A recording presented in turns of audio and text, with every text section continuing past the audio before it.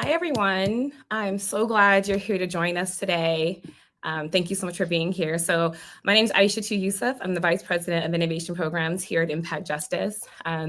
Clearly want to know more about Impact Justice, please look at our website, but we'll talk a little bit more about it later as well. So thank you all for joining us here. And I'll introduce our panel shortly, but I really want to kind of frame the conversation of what brings us here today. So over the past several years, Impact Justice, as well as other US-based criminal legal system organizations, have led trips to Norway and Finland to learn about what we call the Nordic model. While the model of incarceration, from our vantage point, is a more humane model, I want to emphasize that we never advocate for the increased use of prisons and jails in the United States or elsewhere. Regardless of any similarity to this model here in the US, we are not advocates for increased incarceration or punitive punishments. This is especially true in California, which has begun to explore ways to implement aspects of what we call the Nordic model in some of its prisons. We do not believe that building pretty buildings equals criminal justice reform, but we do believe that uninhabitable buildings are cruel punishment. So we're also under no illusion that we can replicate the Nordic model here in the US. As I'm sure many of you listening know, the US is a country built on enslavement and colonization and disenfranchisement and the harmful race relations that we know are clearly alive and well. Those things have to be addressed and repaired before we can even think about the replication of a full Nordic model. Nonetheless, as an organization, as people on this call, and as folks in the transformation and reform world, we strive for change. And the Nordic model is about so much more than just prison reform or prison transformation. So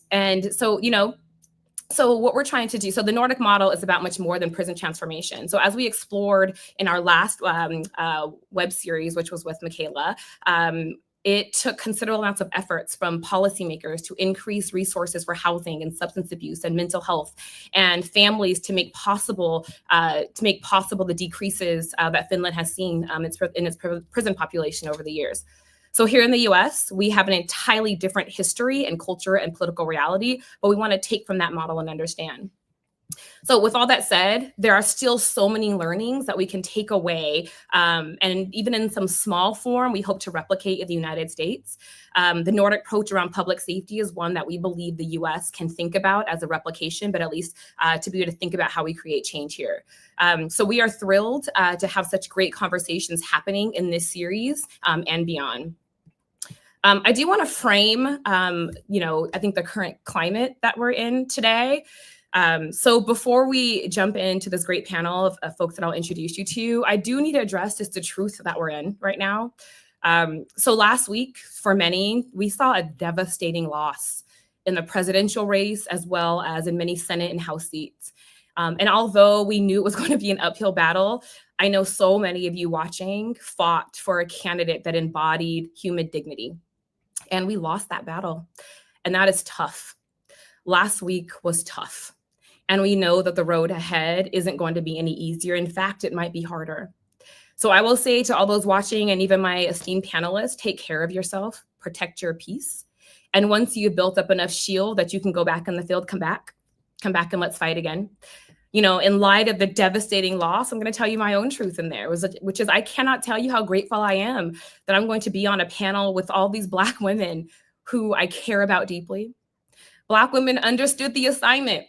We show up each time and every time for the assignment at hand. And as much as I want to tell Black women to take a break, let others feel in, I know that we're going to stand up each and every time. So I feel so honored to be on a panel with Black women who I know understand their assignment. That's why they're here with us today. So for most of us, this is not our first heartache. It's not our first disappointment, but we know how to pick up the pieces. We know how to stand up. And so when you're ready, just like when your ancestors were ready, please stand up with us as we continue this fight forward. So thank you for letting me frame the conversation just a little bit in our current climate. And please, at any point, if you have anything else to say, please use the Q&A to do that. So I want to give a little brief overview of what we're talking about today. And that's particularly about women that were incarcerated in Finland's prisons. So our experience visiting prisons in Finland was extremely eye-opening, particularly when it came to Finland's fundamental understanding of why women end up in prison. We also saw things in women's prisons in Finland that would be particularly inconceivable in the United States. Today, we'll discuss some of those learnings, as well as our conversation with women incarcerated in Finland's open prisons and closed prisons. We'll talk a little bit more about that, and hopefully explore the prison of what could be possible and could be implemented here in the United States. So before I do that, I want to quickly introduce these amazing women I get the conversation to be in with. And I'm going to be honest with you, I'm going to try not to have just like a sister girl conversation because I love these women so much and have such a deep connection to all of them. So I'm going to do my best to have this conversation be as broad as possible. But I also want to say that the women on this panel, we hold a lot of similarities around criminal justice transformation and reform. We also hold a lot of differences, and we go about our work in such unique ways. So on this panel, we have women who have been incarcerated and those who have not. We have women that I identify as LGBTQ, and we have women who do not. We have women that are abolitionists and those who are not, and the list can go on. So please know that we have a varied idea of how we approach criminal justice reform and transformation, the way we see the world and we engage with the world. And the reason we do that at Impact Justice is we want to give a broader view of what change can look like. So now I'm going to introduce these amazing people. So first we have Teresa Younger, who is an activist, advocate, and renowned public speaker, organizational strategist, and proven leader in philanthropic and policy sectors. Having spent over 30 years on the front lines of some of the most critical battles of our from comprehensive equity and the elimination of institutionalized oppression, she now serves as the president and CEO of the Ms. Foundation for Women. She is the longest serving CEO of color and the second longest serving CEO of the Ms. Foundation in over their 50-year history, H-E-R, story. So welcome, Teresa. So excited to have you here. Thank you.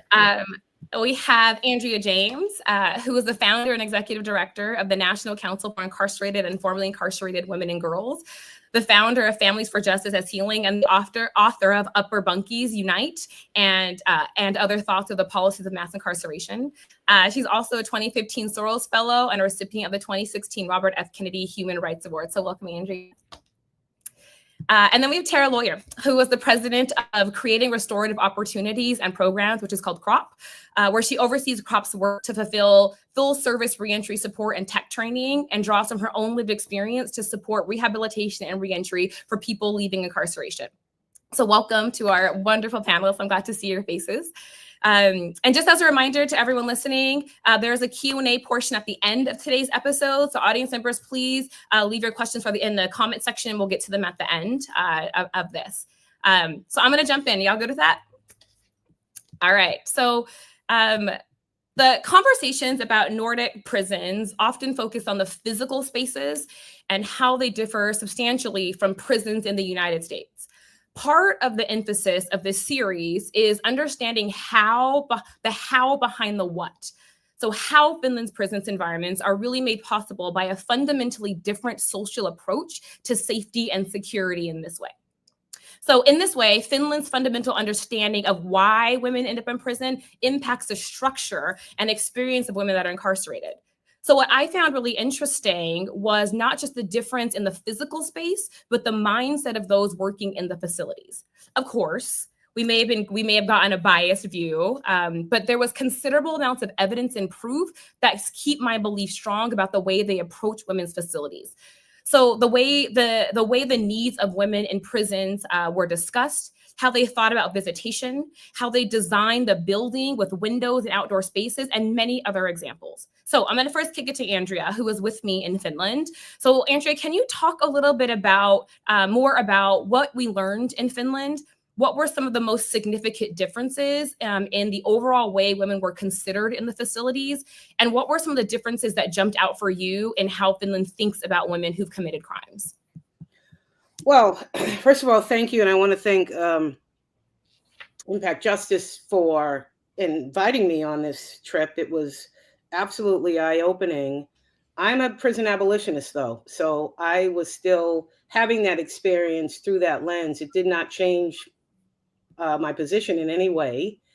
But I do, as a formerly incarcerated woman, mother, wife, understand the absolute importance of holding on to as much dignity, feeling safe, having access to our children, living in conditions that are not deplorable, having access to the feminine hygiene needs that we all have, and other healthcare access that we need.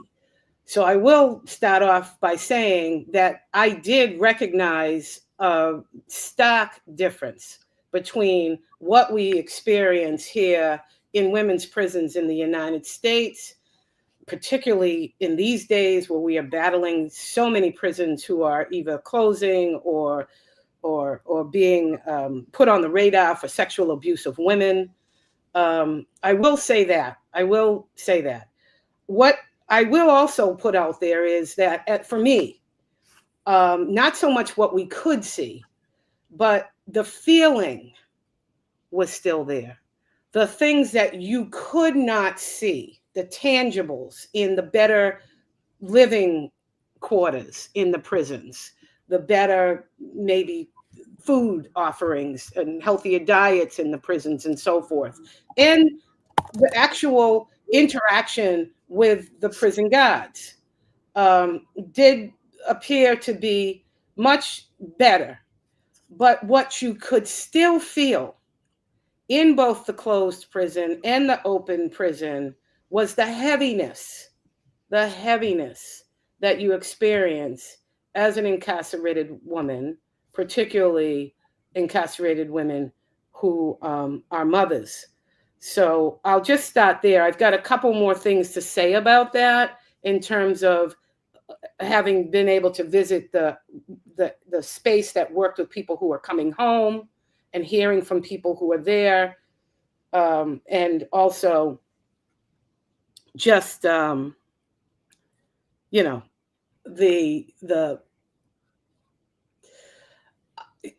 I just believe still, and ironically, when we were able to speak to the ministers of justice, or that body that would be our congressional judiciary committee here in the United States, that ironically, while we're talking about the Nordic system or the Nordic model, that body was actually considering a shift toward more of what the United States does, which I remember we implored them to rethink that and to just look at the fact that we are the most incarcerating country on the planet and why that would not be the thing to do. So I want to stop there because I want to be able to leave the space for others to comment, but I wanted to just set the stage from my perspective on what the tangibles are, but also what could not be seen that is not different than what is experienced here in the women's prisons in this country. Yeah, thank you. I really appreciate that, Andrea. I think particularly as I mentioned, I was with Andrea in Finland, and Andrea was asking such clear questions to the women to understand the things that we could not see, right? So as we were walking around these open facilities and they were showing people that were living in open prisons that look very different than what we understand as incarceration in the US. Like, to give the audience an example, some of the open prisons look like, for women, were homes. They look like, homes with 8 bedrooms in there with cribs for their kids. And so in some ways, as Andrea mentioned, right, you got to have your kids, as long as they were under 3, in the prison with you, which is very different in the United States. You were still incarcerated and your child was still incarcerated with you. And the women talked about how, as grateful as they were to have their children with them, how that was still a mental tax to know that they still didn't have the freedom to engage with their children or to walk out of those gates when they wanted to. Andrea, and we'll talk about, so y'all know, Andrea had a lot of deep conversation with the women there, and we'll talk about it as you see fit and freely. But thank you for sharing that. Teresa, you were with us in those facilities as well. Was there anything that stood out to you that were sign of stark differences of what the incarceration looks like for women in facilities in the United States and what we saw in Finland? I think overall, for me, first off, it was amazing, and I am so grateful because Andrea, girl, I love you. Just because of the truth that you continuously speak. What I saw over and above as a person who has had formerly incarcerated loved ones was also in all of what I saw was a level of humanity. Like, it wasn't great seeing people in any of these systems, but that system was not designed to make people worse when they left than when they came in. And so that level of humanity for me did strike me to the core, that women, first off, there was a distinction between the women's and men's systems, and that women were seen not perfectly, but they could still hold their identities as mothers, as wives, as sisters, as daughters, um, in a way that I sometimes feel and have felt that the US system continues to try to dehumanize uh, all of those who are in the system for whatever the reason. And for me, that was really that humanization, though not perfect, was really heartening in a way that I think we should be considering much more here in the United States. Yes, I agree that there was a different energy that I think we experienced. I mean, part of it we were walking outside. We were with women that had on their own clothes from their own cultures, right? I think on base level, there was a different energy in how we engaged with them because they looked different than we do in the United States. For, you know, those watching that may or may not have experienced incarceration or been inside of a prison or a jail, right? Women are stripped of their clothes. They have to wear the clothes that the prison assigns, which are often old and reused many, many times. You know, these women got to wear, they had jeans on, they had their cultural clothes on, and they had things in their rooms that were their own. And I think while they were incarcerated, and they were very aware that they were incarcerated, they were very aware that their freedom was limited. They were also very aware, I mean, they said many comments to us that this is not the United States, and we couldn't agree more with them in that piece. So thank you both for sharing so much. So I want to go into the second question. Angie, did you want to add anything there before I go to a second question? Okay. I do, but I want to just hold back a little bit to just allow to more thought on this because I want to just say something, Aisha, too. I know you know this, and we have had this conversation before. We truly believe that language is important. Prisons are prisons, and we need to call them that. We need to remind people every single day what we're speaking about. And so we ask people to call a prison, not another terminology for it. A facility could actually be a kindergarten. We want people to always know when we're having these conversations that we're speaking about prisons. And so the last thing I'll say about that is the separation of mothers from their children is still there. And the threat, first of all, the sentences are different. So we were stunned, like to hear, like the average woman that was in all of these places that we went into was doing a very truncated sentence in comparison to what women are sentenced to in the United States. Like they just were doing, you know, months to 2 years at the most. And so when you start from there, that is something that's the norm. It's very unusual for a woman to get a protracted sentence, like is the norm in the United States. And so when you take that into consideration, the separation of mothers from their children is less of a absolute crisis, but it is a crisis still. And we did hear that communicated, the Black woman who was in the open prison that I spent a lot of time speaking to, and then the other woman who had the small children in the little area where women with children living with them could stay. Very, very, very different than, you know, mothers who hadn't seen their children like here in the United States when they last saw them, when they were being taken away by law enforcement and their children were being shuttled away by another agency. And they hadn't seen their children, some for 8, 9, 10 years, which is the reality in this country. So, but it is still there. And that's a little bit of what I'm referring to, the heaviness of the feeling of these women. Yeah. And their children, and what kind of relationship that they can really develop with their children, even in these even in these places that aren't as draconian as the prisons in this country.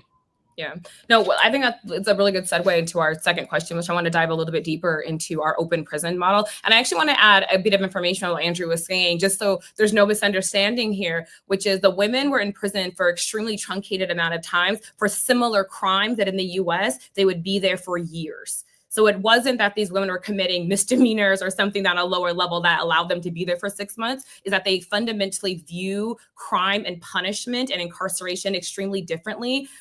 Teresa said it a little bit, like they view the carceral system, the prison system, as a way that everyone's going to get out of it.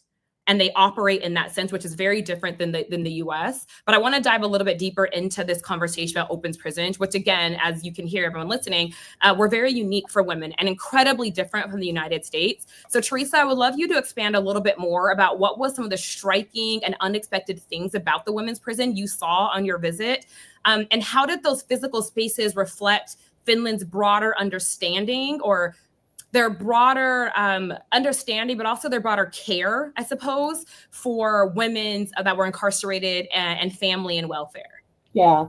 So there were a couple of things. I will say I was blown away. I have been, working in various different ways with the women's prison system, both in Connecticut and on a federal level, for a long time now. So I was blown away at a number of things. First off, mothers who had their children in a setting with them were provided service supports from not just the other mothers in the environment, in these makeshift apartment areas with them, but also making sure that they had, social workers who were present and working with them. And that in and of it, like we can't get enough mental health supports in US prison systems. So like this idea that there were women that were dedicated to these women to help them was really quite unique.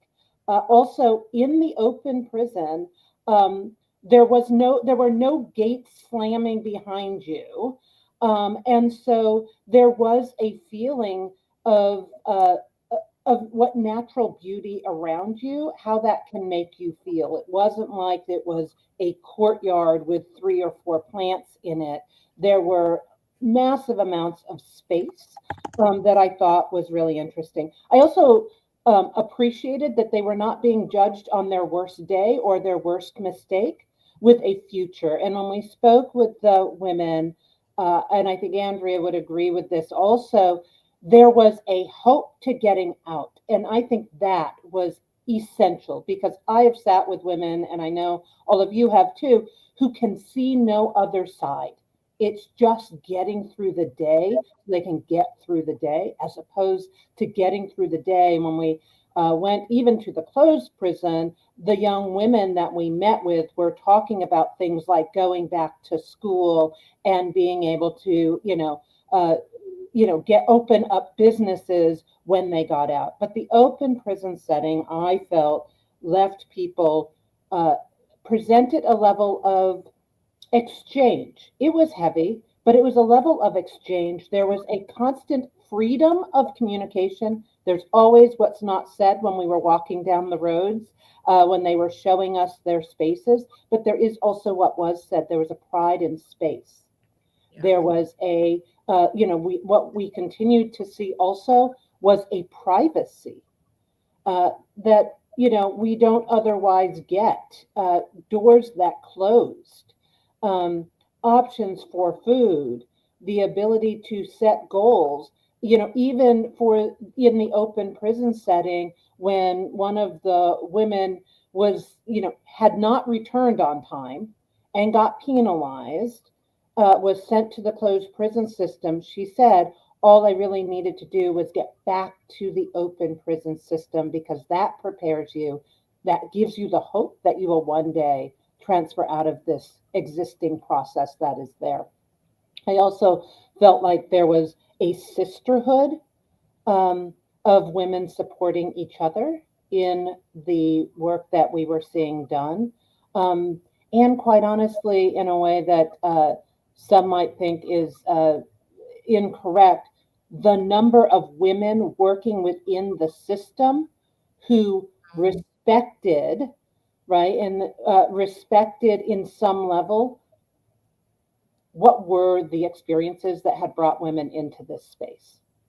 Yeah. And having a real, being able to be in conversation with them with a sense that they understood it. And those for me, yes, you had access to things that you otherwise did not get access to. And it showed for me everything that was wrong with the US prison system and how awful it was and is for women. Yeah, no, I appreciate you saying that. Both in the open and the closed prison, I remember Andrea saying distinctly, like, why is it so quiet? Right. One of the distinct things that we have in the United States around prisons and jails is the noise, is the closing of gates, the jangling of keys.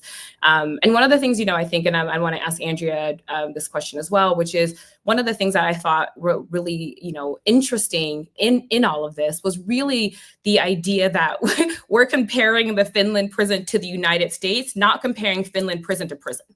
Right. And that is a really hard thing, I think, to grasp from this, right? Because we know the system in the United States is so terrible. So it allows us to have these different conversations about Finland, which, again, to get back to kind of how Andrea sees some of this work, is it's still a prison.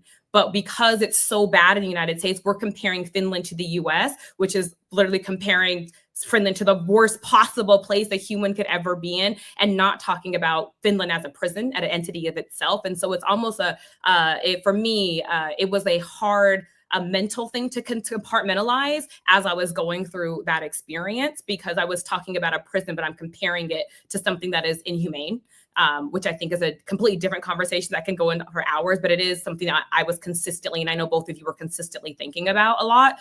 And then the last thing, Andrea, I'll let you speak to. So there were many times, Teresa, that I turned around and I saw Andrea walking with the women that were incarcerated and speaking with women incarcerated. So do you have anything to add to this conversation, Andrea, about this? Because I know you spent so much time talking directly to the women. Well, yeah, one of the issues that I want to raise, because I don't use my voice. I had an absolutely amazing experience by having the opportunity to go to Finland. That it was just eye-opening, and I cherish those opportunities, because you can't speak intelligently about things if you don't look at everything that is in the ecosystem of what you're speaking about. But I want to bring something up that is another one of those things that we didn't really talk about. Still, the women in the closed prison and those young women just broke my heart. I mean, I wanted to just wrap my arms around them and not let go and walk out of the prison with them. They were young. Those girls, they were young. They were 19, 20 years old. It just kind of haunted me, because we talk about these issues. We talk about the difference of conditions and treatment, all very, very important. But we have to think about the fact that they are still separated from community. And even we at the National Council, we've done extensive research around this. And this research has been led by women who were buried in prisons for decades. Women like Roz Smith, who did 42 years. Women like Kathy Boudin, our beloved late mentor. These women who just really hunkered down to figure out what is it outside of what does different look like than an actual prison. So we've given significant thought and research time to these issues. And really, there was nobody that we met during the open prison visit, during the closed prison visit, that were women that needed to be there, that were resources that were being spent on them, particularly in that closed prison. That was a very expensive endeavor to build that state-of-the-art women's prison.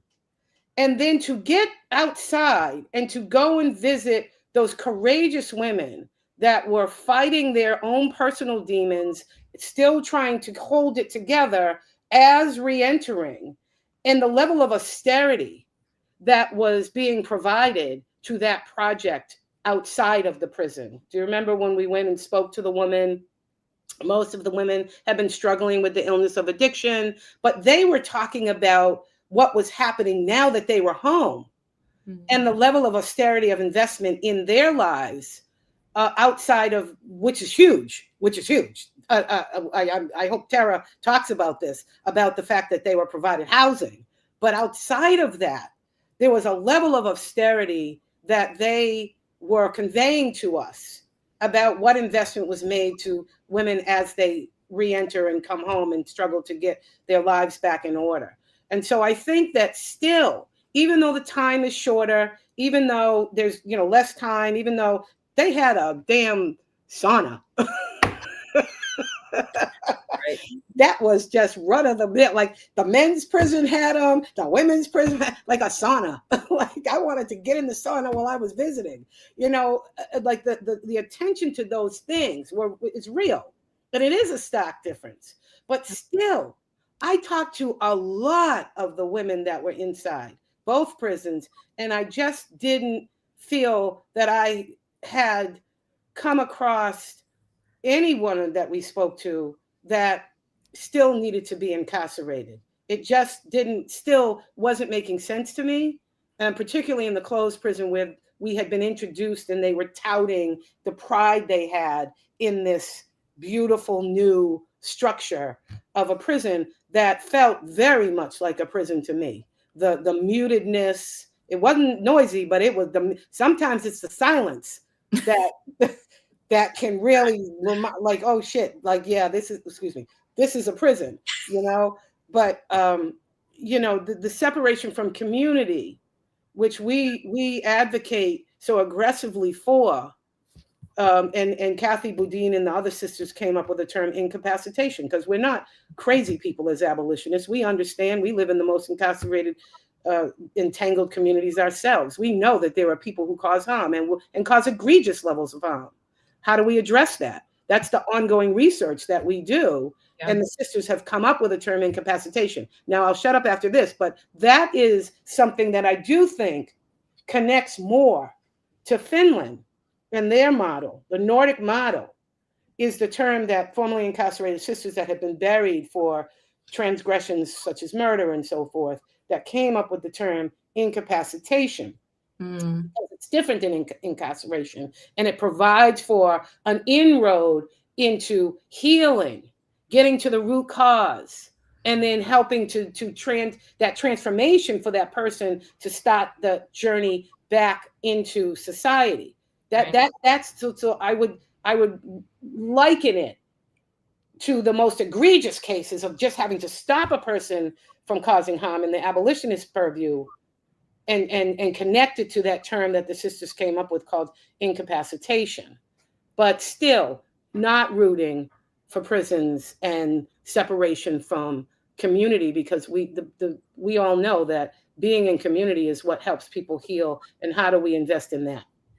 Yeah, no, I appreciate that. And I actually haven't heard the term incapacitation used in that way. So not right now, but I can't wait to dig into that deeper, because I think that is another narrative what the abolitionist movement is talking about, that I think is one that's not often vocalized in a way to understand what abolitionists can do and what it actually means. So not today, but I can't wait. Maybe we can have a whole new webinar and talk about what that is. But you've kind of moved to this conversation of what folks that have experienced incarceration or experienced committing harm or experiencing what that conversation could be more deeply. So Tara, I do want to kick it over to you. So Tara, I know that when you went to Finland, you didn't directly visit a women's facility, but you have spent a considerable amount of time in carceral facilities. You've also spent a considerable amount of time talking about change and talking about reform. And I know you've been a part of the conversations here in California around the Nordic model and what that conversation could be. So I want to be clear, it's an understatement to say that the experiences of women in Finland and in the United States are different. Like, that's an understatement. I think we could probably all agree that these women are experiencing two different worlds of what incarceration means. One is absolutely horrific. And inhumane and disgusting, right? So Tara, can you talk a little bit about, from your experience, what are some of the unique needs of incarcerated women, and how, if at all, were those needs met or not met in the U.S.? And what are some of the clear differences that you see from the experience of the U.S., the United States, and in Finland? And before you answer that question, I do want to remind the audience to please drop your questions in the comment section, as we'll get to them at the end of this conversation. So can kick it over to you, Tara.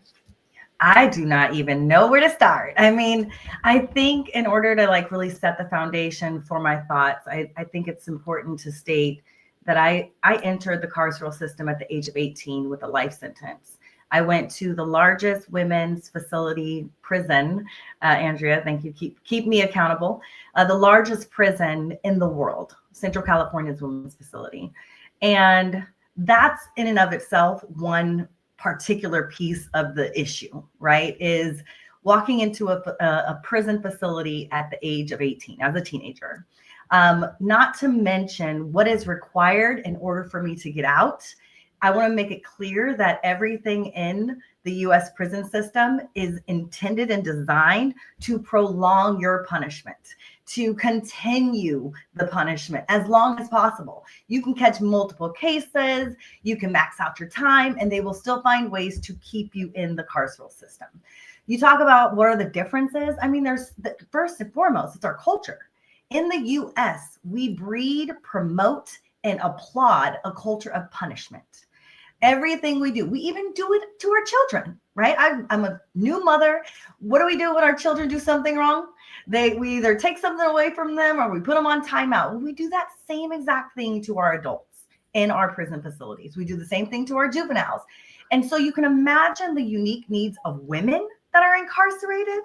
We are absolutely getting cut at the knees, right? So when we talk about getting shackled when giving birth, when we talk about menopause treatment and the inadequate medical interventions for women's health, very real things. The amount of breast cancer that goes untreated, that goes all the way to stage 4 before medical interventions can happen. Like it is, I can't even paint the picture because it is so horrific. But I do want to start and say that it is definitely the punishment culture that we need to first address. The biggest difference between Nordic model and the US is that culture. US believes in punishment, the Nordic believe in rehabilitation. So the minute someone enters into their system, if you will, they are focused on how can we prepare them to come out into the community and lead a life without crime. So they're doing a lot more work while people are incarcerated to help them address their underlying issues, to address those causative factors. Inside a prison, in order for me to get out, I had to do all on my own. There was nothing even there to help me explore some of the inner workings of my thinking, ways. Well, why was I unhealthy? Why was I making poor choices? Where was my self-esteem at? All of these deep-seated things were just exasperated inside a prison.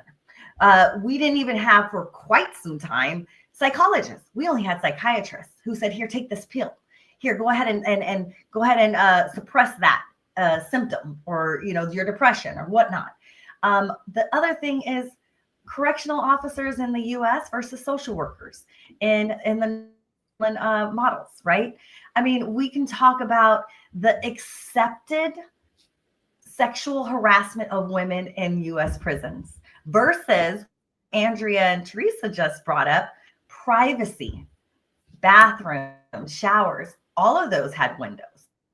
I never used the bathroom or took a shower without somebody being able to just pop in and look and see my naked body, right? So we're talking about some real fundamental changes in the culture. The only thing that I will say, and we have made strides in the US, I want to say that, but I want to say we have a lot more ways to go.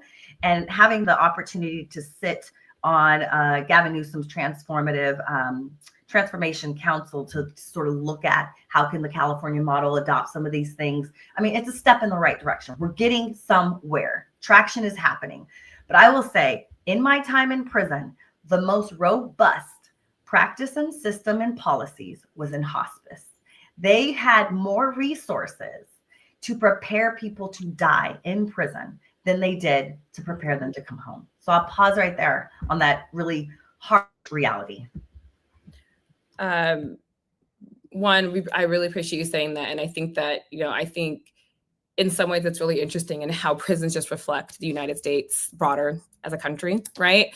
I think especially in the given time period that we're in right now, like it's clear the U.S. does not invest in childbirth. It does not invest in resources when people are parents. It does not invest in resources to live, right? So I think the prison is a reflection of that the punitive nature. And I think you see that in everything. I think what's really important to also understand is that Finland wasn't always like this, right? Finland clearly does not have the racial and cultural dynamics that the United States did, but let it be clear that, and I want to also hold that Finland as a country was also part of the transatlantic slave trade, right? They were not absolved from that, but it does not show up the same way in the prison, though their class differences and their race differences are very different in the US. And as I said at the beginning of this, you can't really have a deeper conversation about change before you hold that as fact, right? The United States is built on contradiction in that way. But I think that one of the things you said, Tara, which was so clear, was the investment of in Finland, the conversation about privacy and care, about the fact, even if it's an illusion, that they actually care, that they want you to be able to go to the bathroom without someone staring at you. And I think that people in the U.S., women that are incarcerated in the U.S., don't get that. Don't get that at all. So I really appreciate you saying that, Tara. So I want to skip down because I want to save the last 15 minutes for questions from the audience. So, I think we've learned on these trips in Finland, let's be clear. Finland only incarcerates about 200 women. It's a smaller country than the US, but even per capita, right? They still incarcerate about 200 women. Obviously, the situation in the US is much different. Here, we incarcerate over 200,000 women and girls behind bars. But I want to be clear, however, the percentage-wise, I'm an evaluator by trade, sorry. The countries are much more close than we think they are. In the US, about 10% of the population that's incarcerated is female. In Finland, about 8% of the incarcerated population is female. So, of course, these numbers are different when we think about jails and other carceral facilities in the United States. But I want to be clear that Finland, although incarcerating a smaller amount of women, is still incarcerating in proportion a large amount of women personally in the prisons. But one of the things I want to know is, Teresa, given how different our two countries are in thinking about culture and thinking about sheer magnitude of incarceration and thinking about the multiple ways in which we incarcerate in the US. Prison is one way in which we incarcerate in the US. But think about the multiple ways you do it and the difference in these countries. What opportunities do you think exist to implement some of the learnings from Finland here? So, what do you think advocates should do and take away from that? Yeah. So, Aisha, I'll just say that last week's election has tainted what I believe this country is even has the expansion to even think about. Mm-hmm. And so I feel very, I'm wearing a bright color to hide the weight by which I feel there is I feel failed by this country. And so when I think of the prison system and the incarceral system, I am like at a loss to see some of the losses that we saw across the country and in the United States, not to bring anybody down, but to say, I would love to see language that just acknowledged a human rights approach to anything in the United States that then classified women as humans and that we have rights would be a starting point for me in this moment in time, because I feel like we got a lot of a rollback in just that general principle here in the United States. The other thing is, and I don't know what we will see, is I do think we just have to keep asking, demanding, and cajoling the US government and state governments and county governments to ensure that they can do these things. But I just keep saying, even if we used prisons in every state to just test and pilot in women's prisons what we are seeing in Finland, it might be worth an opportunity for us. Let's just pilot with the women's population, which is a much smaller population than men at this moment.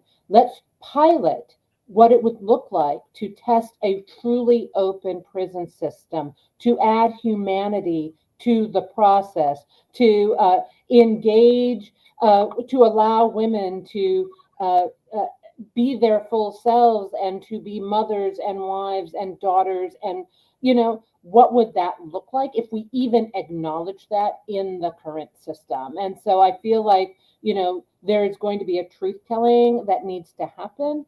But I'm really struggling. And I feel like right now, just going to a basic human rights approach may be the most we can get, but it's not the most we deserve or the most we should be working for. And I know that's bad, but that's my answer.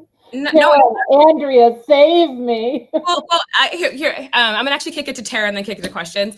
But I think one of the things is important to ground ourselves in. At Impact Justice, we do a lot of work around testing models, right? We're doing work around menopause in carceral facilities. We're doing work around changing food systems in carceral facilities. Our goal of that work is not to keep people incarcerated to get good food. Our goal in that work is not keep people incarcerated in any form to get menopause treatment. It's the fact that in the United States, because we incarcerate, they deserve those rights. And I think as we think about what a test could be or what an innovation could be, I would like us to think more about how do we test models, right? How do we test interventions in the current system we have as we work to change that system, right? As we're working to de-incarcerate, as we're working to change literally what we understand the system to be, how do we ensure people have rights in there? So I think differently than testing out, right? How do we make another prison system, or how do we make a system that has high rights or low rights or what that might be? How do we think about creating innovation in this current punitive system that we have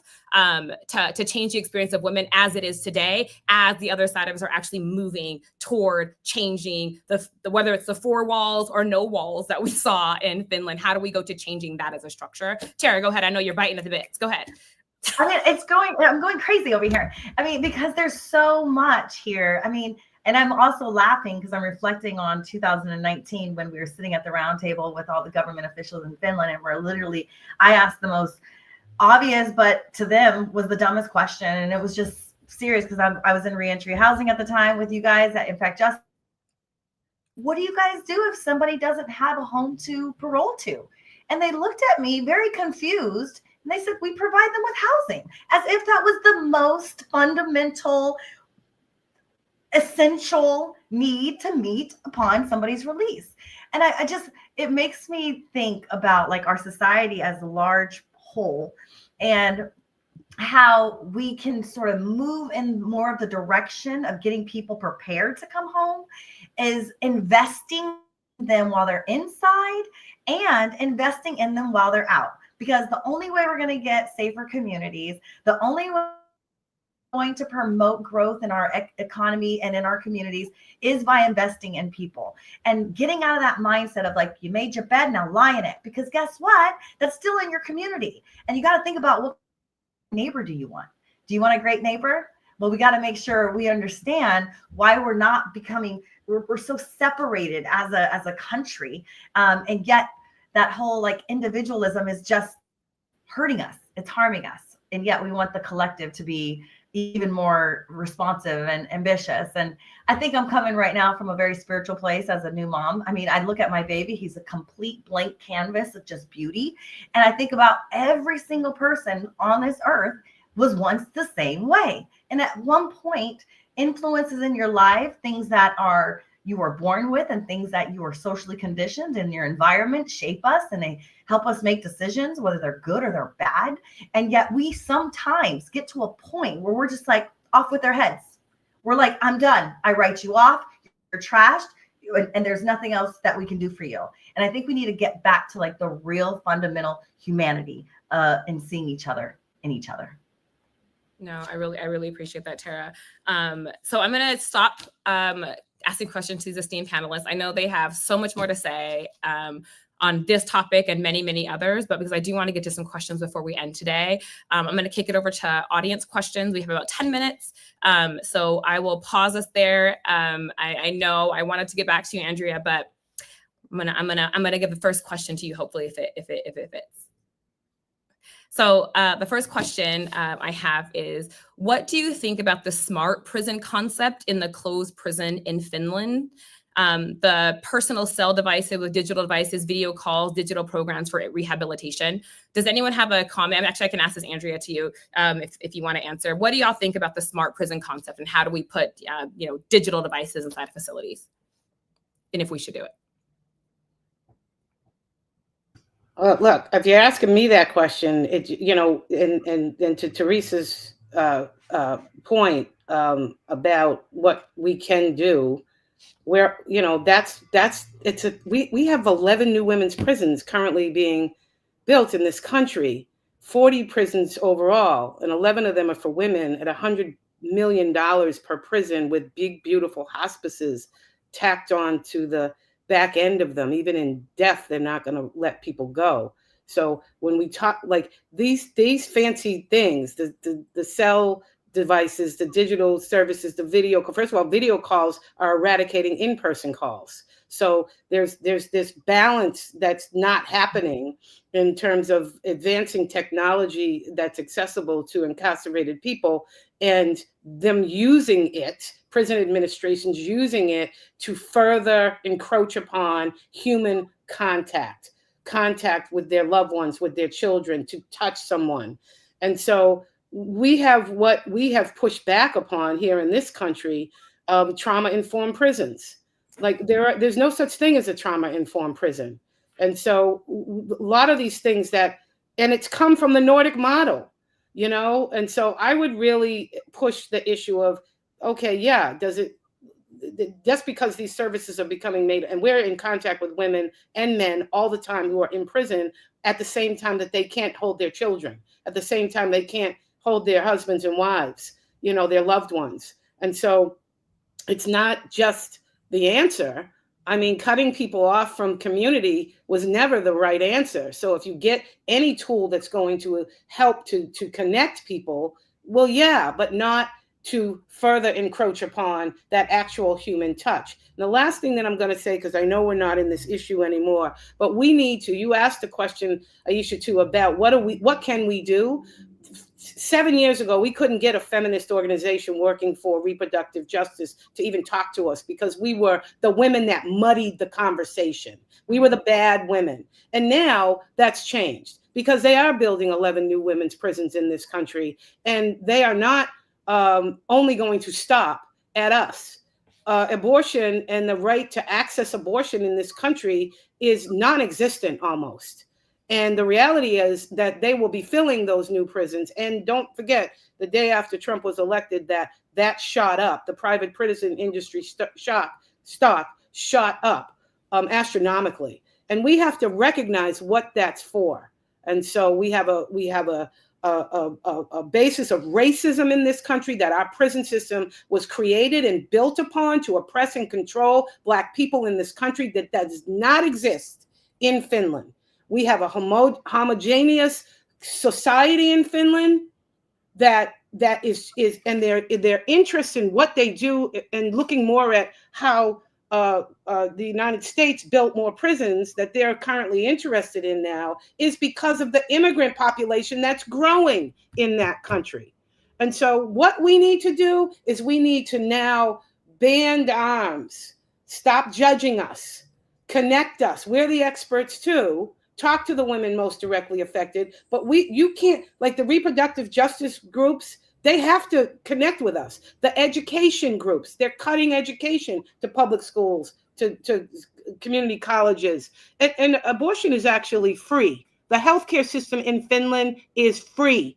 And we can't even get that in this country, never mind access an abortion for a woman who's been raped by a guard in prison in Alabama, who will never see the right to choose to access healthcare in that state, in that prison while incarcerated. So those are the things that we need to be working on. And I just don't want to leave here. I'm not going to be the stink bomb in the cocktail party, but I refuse to use my voice in any way to advocate on behalf of these better kind of trinkets that prisons want to offer, or the term of a better prison for women in the United States. Yes, no, I appreciate that comment. And I'm gonna go to the second question. I identify when we started doing our work on menopause, we were in a women's facility and we asked them, what is the menopause care for the women in here? And they told us, oh, it's not an issue. Right? We're like, are there people with a uterus? It is an issue. So I agree with you a lot. And, people scoffed on us saying like, why are you addressing that? Right? Because we're like, are women aging in prison? So I identify fully with people not even understanding simple concepts of what it means to be a woman inside of a carceral facility. So the next question I'm going to ask is, how did you all perceive the provisions of mental health help to rehabilitate the underlying issues experienced by incarcerated women in the Nordic model. So I guess the question simply is, what did you see as mental health inside the women's facilities, and how did that help the women that were in the Finland prison? Teresa or Tara, do you want to do that one? Mine's super simple. It was huge to see a lot of the correctional officers trained as social workers as well. I mean, that right there just completely affects their approach to the care of those that they are supervising, if you will, versus out here. This is not something that is top of mind. I just want to riff a little bit on that. It's everything that is ever introduced to U.S. prisons, whether it's like Andrea talked about trinkets, improvements to our California model. If we do not address our culture, it will be used for punitive measures. So while seeing these things happening and changes that are positive, it is one more tool to use for punishment if somebody does something wrong. We're talking food, we're talking medical, we're talking access to your families. Women are getting sterilized inside of prisons across the US. So you're talking about where women are fighting for abortion, they're going straight away of saying, we don't even want you to have reproductive organs so that you can be utilized as a sexual tool. I mean, there's multiple insidious things that happen in California and the US prisons that we're not talking about. So I would just say, mental health for Nordic is absolutely their approach to how they are caring for those that are in custody. And I'll add to that too, and we'll go to the next question, is that a lot of the services that they provide in Finland, they talked a lot about it during the conversation prior to this one, which was a lot of mental health services are offered to people outside of the facility, outside of prison, before they get in prison, after they get out of prison, right? To ensure that they don't come back, to ensure they don't come in. So it's both about what's provided to people that are incarcerated, but in Finland, it's also about providing to people before they're incarcerated or after they're incarcerated to prevent that, to prevent that cycle or to prevent them coming in anyway, which is a huge piece around the social services piece that they do. So the next question I'm going to ask is, and so can you share, and I think all three of you might know this, can you share more about the restorative justice practices that were offered in the Finland prison to keep people out in the first place? I think there's a couple of things that I would just say, whether it's part of the restorative justice process or not. Free education, free housing, free health care, human rights. These are all key parts of it. And I think there was I know I sound like a broken record. If we do not see people as human beings, and in this country we refuse to, and women are not. And so, those pieces just in and of itself meant people could, if they were in the open prison setting, leave and go to, could go to school. And they also recognized their around work policy. It was not slave labor for people to leave and go to a workplace and share their talents and skills and be trained so that when they were out of the system or transitioning out of the system. So I think there's some basic things that in the first place, yes, but that we are not invested in the United States, and no beautiful new prison's going to be able to invest those dollars effectively beforehand. So that's what I saw. I'm sure everybody has their own thoughts on that one.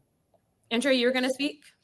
I was just going to say that, it took a long time for many of the women that we got to speak to actually wind up in either a closed or open prison. It took multiple times of their relapse or whatever the conditions were in their lives at the time that caused them to repeat transgressions. And so I think that speaks to the Finland's model of not just throwing people in prison, which, we have women sitting in federal prison right now we're fighting to bring home that have been going on their 30th year of incarceration because of conspiracy, not, never had a parking ticket before. Our director of clemency, Danny Metz, who is out because of Obama's commutation, was sentenced to serve a triple life sentence plus 50 years. She had never had a parking ticket because she was the wife of Glenn Metz, a then drug dealer in the city of New Orleans. So the differences are so stark, again, as I keep saying. And restorative justice does play a role in their decision when they are going to incarcerate a woman in Finland. What my understanding was that once you did finally land in a prison, it is because you had had several opportunities to try and form whatever your behavior was at the time. So that kind of speaks for itself. I appreciate that. And to the question, I'll be honest, we didn't talk a lot about restorative justice. I don't actually think it's really a term used a lot in Finland. I think, right, as restorative justice is a ancestral practice in many places. I think for them, what they consider restorative justice is being a human and seeing the engagement of the human experience in some ways, right? I think part of what they see is, right, as Andrea said, before people get in, they've had many opportunities of services that hit the inroads to prevent them from getting in. They didn't talk a lot about what the conversation around repairing harm with the person that they've harmed or were harmed by a lot. Just like the United States, a lot of the women that we spoke to that were incarcerated were there because of the disease of addiction, but also there because of intimate partner violence, which is similar to the United States. And so we didn't talk a lot about that, as I think even in a restorative justice practice, having conversations about intimate partner violence is really intense. And so we didn't talk a lot about that during that. So I just want to hold that as something that we didn't do a lot of work in. All right, I'm going to wrap it up here. I am so excited that I got to speak with you three. And I want to be clear, as excited as I got to speak with you, this is a tough conversation, right? The work that we do is tough. And although we get up and stand on panels and do all these things and bring people into the understanding of the work that we do, please do not misunderstand that the heartache that we feel from our own experiences, from people that we love to people we have no idea who they are, exists in our bodies and exists in many of the bodies of people that are watching today. So I appreciate you all from coming on to this conversation for the work that you do, because the work that you do is why we even get to say that we can stand up and fight to live another day. Is the reason why we get to say, I'm calling on my ancestors and my body and my spirit to get me up when we have a week like last week. And I think many of you probably would say, that was a heartache, but we used to them, right? We used to them. And so we'll stand up and do that. And as Andrea says, right, she will not use her voice to advocate for prisons. I appreciate you being in this conversation as we're talking about not advocating for prisons, but talking about what change can be and what difference can be. And I appreciate you lending your unique voice to this. Tara, I appreciate you being here talking about your lived experience, about what is happening in facilities and what happened to you in facilities, and for showing up every day I see your face to show up and advocate for women and people in prison. And Teresa, I appreciate you being here, because although you are clearly wearing pink, your heart right now is broken, and you were honest in sharing that. And I appreciate you doing that and the work that you do on behalf of women, trans women, queer women every single day. I appreciate the work that you do and being here in this conversation. So I'm gonna end it here for everybody here. Please tune in for our next series here, and we'll see you all later. Thank you so much.